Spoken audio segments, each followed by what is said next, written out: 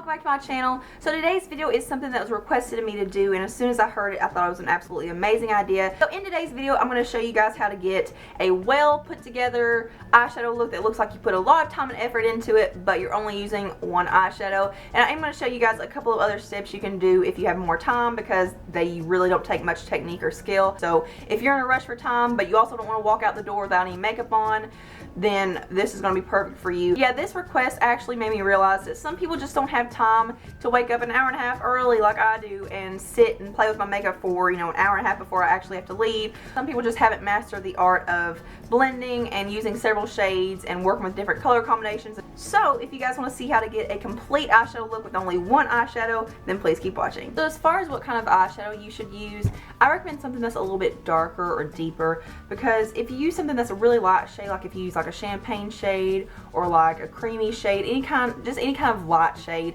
it's just not going to give you that dimension, that depth that a darker shade would give you, and you're essentially not going to be able to fake having like a full eyeshadow look on. But if you use something that's a little bit deeper, a little bit darker, then you're going to be able to kind of fade it out, diffuse it, and make it look like you have more on than what you really have. So I'm going to be using a duochrome pigment today. I'm going to be using Makeup Geek's duochrome eyeshadow in the shade Steampunk. This is a really pretty coppery brown with a black base. So there are basically two techniques to doing this.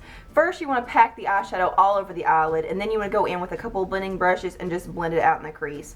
And by blending it out in the crease and diffusing it, you're going to get that effect of a gradient eyeshadow look, which is pretty much the entire point of every kind of like really nice looking, well put together eyeshadow look. And I'm going to go in with Makeup Geek Steampunk, like I said, and I'm going to take that on just a flat eyeshadow brush. Any kind of, you can use pretty much anything. So what I'm going to do is get a little bit of product on my brush, and you don't have to do this, but I'm going to because I think it makes it a little bit faster of an application. I'm going to take my e.l.f. Makeup Mist and Set. You can use like Max Fix Plus or any kind of setting spray. And I'm just going to spray my brush a couple of times. So I'm just going to start packing this all over the eyelid, going up to the socket of the crease. You don't want to go any higher than that, because typically you don't want any shimmer in the crease, because it kind of makes you look like you have a monolid. There's just no dimension if you do that. And don't think you have to use something this dark. I just wanted to use this shade in particular just because I haven't worn it a lot.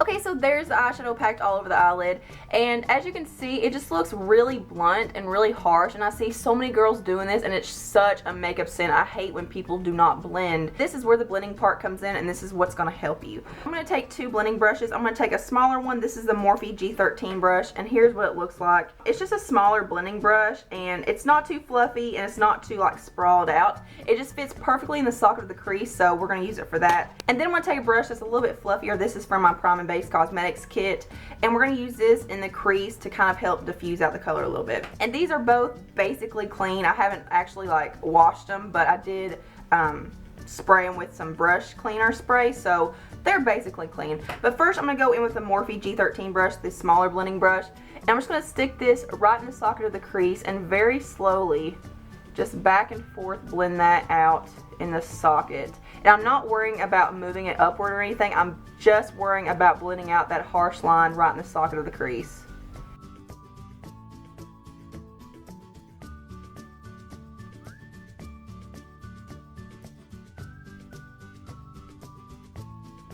Okay, so here is one side blended out, and I hope you guys can tell the difference. This eye that's not blended out is not flattering whatsoever. It just looks like a big blob of eyeshadow on my lid, and it just looks very lazy and not well put together at all.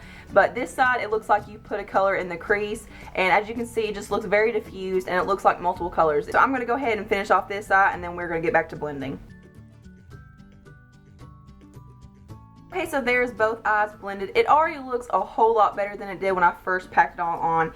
But just to make it look even more diffused and even more of that gradient, I'm going to go in with that big fluffy brush, and I'm just going to blend right above that. And what this is going to do is it's going to kind of lighten up the gradient even more. So what I'm going to do is take this brush. This has no product on it, and I'm just going to blend right in the crease, right above the socket where we just blended.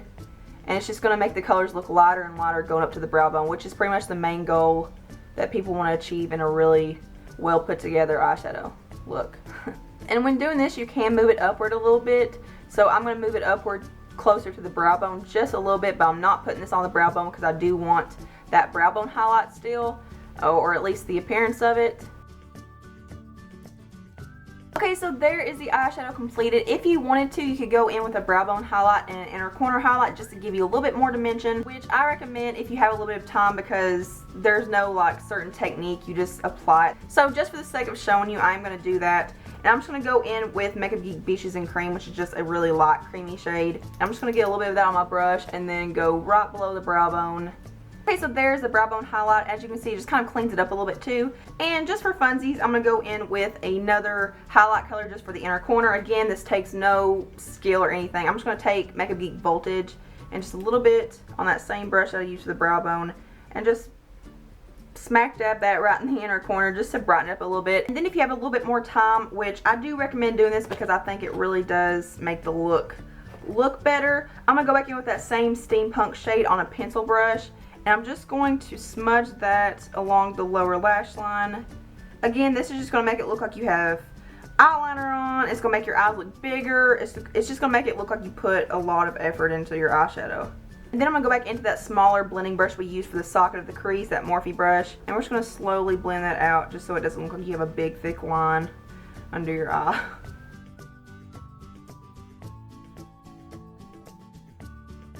So that is pretty much it. Now you would go in and apply some eyeliner and mascara if you wanted to. So I'm going to do that and show you guys the finished look, and I'll be right back. Okay guys, so I'm back with eyeliner and mascara, and all I did was a little bit of a wing, and then I did change up the inner corner highlight to more of a champagne color because I just wasn't liking the gold with this look. This probably would have taken me like 5 minutes if I wasn't talking and stuff. So yeah, if you're in a rush for time or you just don't know how to wear different color combinations or whatever the case may be, this is perfect for you, so you can still get that really nice eyeshadow look without doing all the works. So yeah, if you guys have any video requests, then please leave it in the comments below, or you can just comment to me on Instagram or Facebook or Twitter. So yeah, that is it for this video. I hope you guys enjoyed it. Thank you so much for watching and hanging out with me today. Thumbs up if you like this video, subscribe, follow me on all my social media. All the links are below, and I hope you guys have a beautiful day. Mwah.